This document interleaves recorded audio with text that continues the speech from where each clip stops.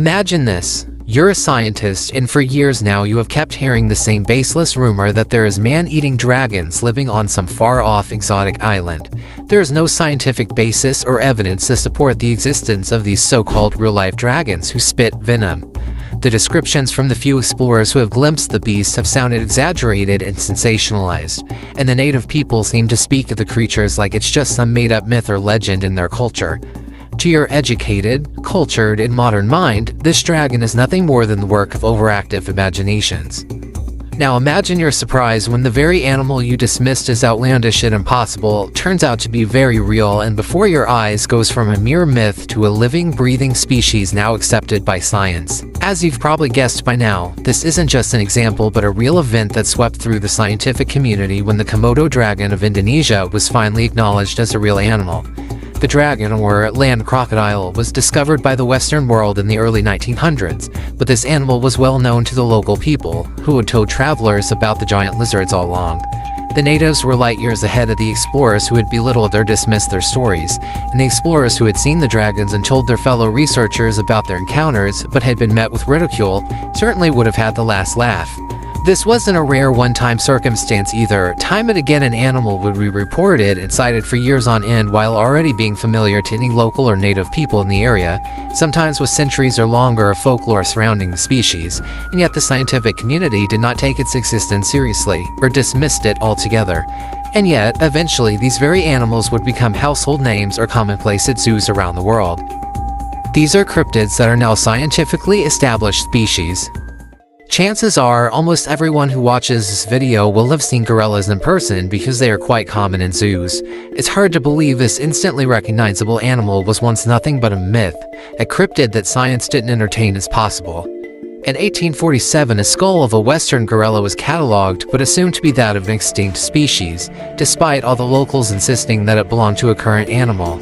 In the late 1850s, living gorillas were discovered, but it took until 1902 for science to recognize the existence of mountain gorillas. Like the Komodo dragons, and every other animal on this list for that matter, the gorilla was considered mythical and an impossibility for one reason or another, and this opinion only strengthened with every passing year that they remained undiscovered. Despite taking so long to be officially understood by science, gorillas had been described by explorers since at least as early as 500 BC. In 1625, they were described as giant hairy people with the strength of 10 men. Often these explorers thought these apes were actually some type of human, which only led more to their being considered mythical and unrealistic. The late discovery of gorillas is often seen as sound reasoning for the possible existence of other large unknown animals, or even other great apes. And populations of gorillas, which are very large animals and live in family groups of anywhere from 10 to 50, can remain hidden away for so long undiscovered, then is it really out of the question that there could be other unidentified species out there that might be more elusive, more remotely located, or even more low in numbers? Since the beginning of civilization, sailors have been telling tales of sea monsters, one of which is the infamous kraken, a giant squid that would attack and sink even great ships. While many of the paintings and illustrations of these krakens are debatable as an accurate size reference, several species of real-life giant squids have been discovered. These deep-sea creatures are so elusive that they are almost never seen alive. Generally, it isn't until a carcass washes up on a beach that a scientist can actually study the specimen. In fact, it wasn't until 2012 that a live giant squid was filmed for the first time off the coast of Japan, and it wasn't until 2025 that a colossal squid was finally filmed in its natural habitat. The size of these different species of squid are indeed massive, but many accounts have them even larger than what has yet been recorded. As extraordinarily rare as these creatures are to see, and as little as science knows about them still, is it really impossible to rule out that they might be capable of reaching gigantic sizes, or that there may be proven to be more unknown species out there yet to be seen? After all, it's estimated that only 27% of the ocean is mapped and only 0.001% of the deep-sea floor has been seen before. There may truly be creatures out there that have never and will never be glimpsed by a human, much less catalogued. Surely one of the most bizarre animals in the world is without a doubt a platypus, an animal with such an unusual combination of traits as to almost deny belief. When it was first described, scientists had trouble accepting it could be real because it was so unlike anything else. With a duck's bill and a beaver's body, this egg-laying mammal even has venomous spurs on its hind feet. It goes without saying that the appearance of the platypus was baffling to naturalists at the time, and some wrote it off entirely as a hoax. You heard that right.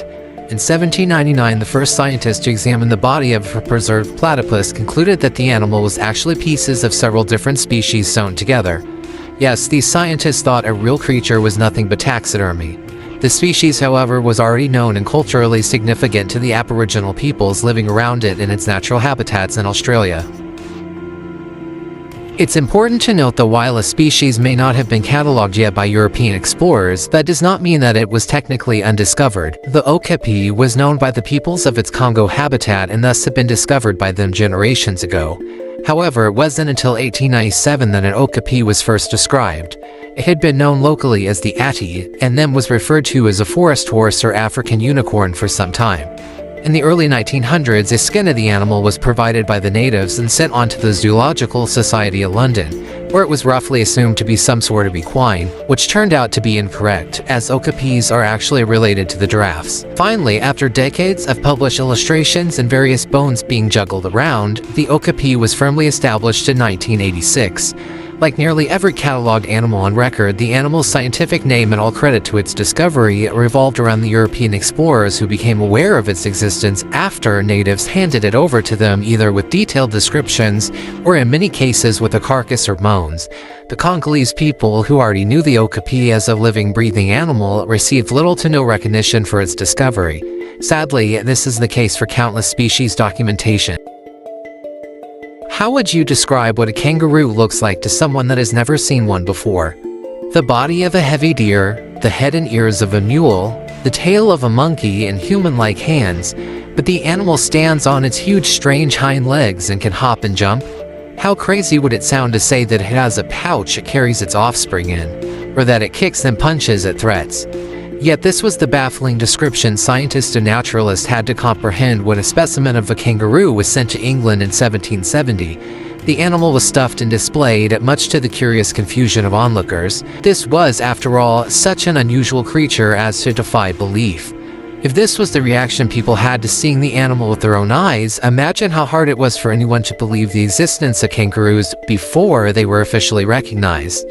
Like every other animal in this video, they were considered as what we would now call cryptids. Kangaroos were just a mythical and even monstrous creature to any European explorers for quite some time, despite having been described by 1499. In Vietnam, the locals speak of a creature that would for a time be called the Asian unicorn and be considered non-existent. It wouldn't be until 1993 that a single photograph of the animal was finally captured by a trail cam. The saola deer is so rare and elusive that it has almost never been seen and hardly anything is known about it. The last time it was documented in the wild was in 2013, and there is growing concern that it may have gone extinct. The saola already was endangered and struggling with its numbers, but even more have been lost when they have been captured and attempted to be kept in captivity. Every saola that has ever been captured has died within weeks or months of being taken from the wild. But if this species is so rare, how was it ever finally discovered? Once again, the natives told explorers of the deer and even showed them bones and hide from it as late as 1992, when scientists realized there truly was something out in the jungle. The saola was the first discovery of a large mammal in 50 years at that point. Part of the reason that it is so rare is because it is one of the smallest ranges of any known large mammal. And of course, human interference such as habitat loss and hunting has depleted their numbers significantly over time. Technically speaking, hasn't every wild animal, no matter how common at some point in time, been an unknown species yet to be documented? If large animals like the okapi or gorilla can remain hidden for so long, is it really that far-fetched to believe there could be others out there yet to be identified? How many of today's cryptids have similarly strange descriptions, or even more believable ones than something like the kangaroo or platypus is to someone who's never seen one? Isn't there still fathomless amounts of wilderness and ocean that's still untouched by humans? Deep jungles and forests that only the surface has been scratched by people? Perhaps there are still discoveries yet to be made in the animal kingdom, and maybe even more of the supposed mythical animals told by countless tribes and people globally have truth to them, just like the animals in this video did. Let us know what you think in the comments, and we'll see you next time at the Crow's Nest.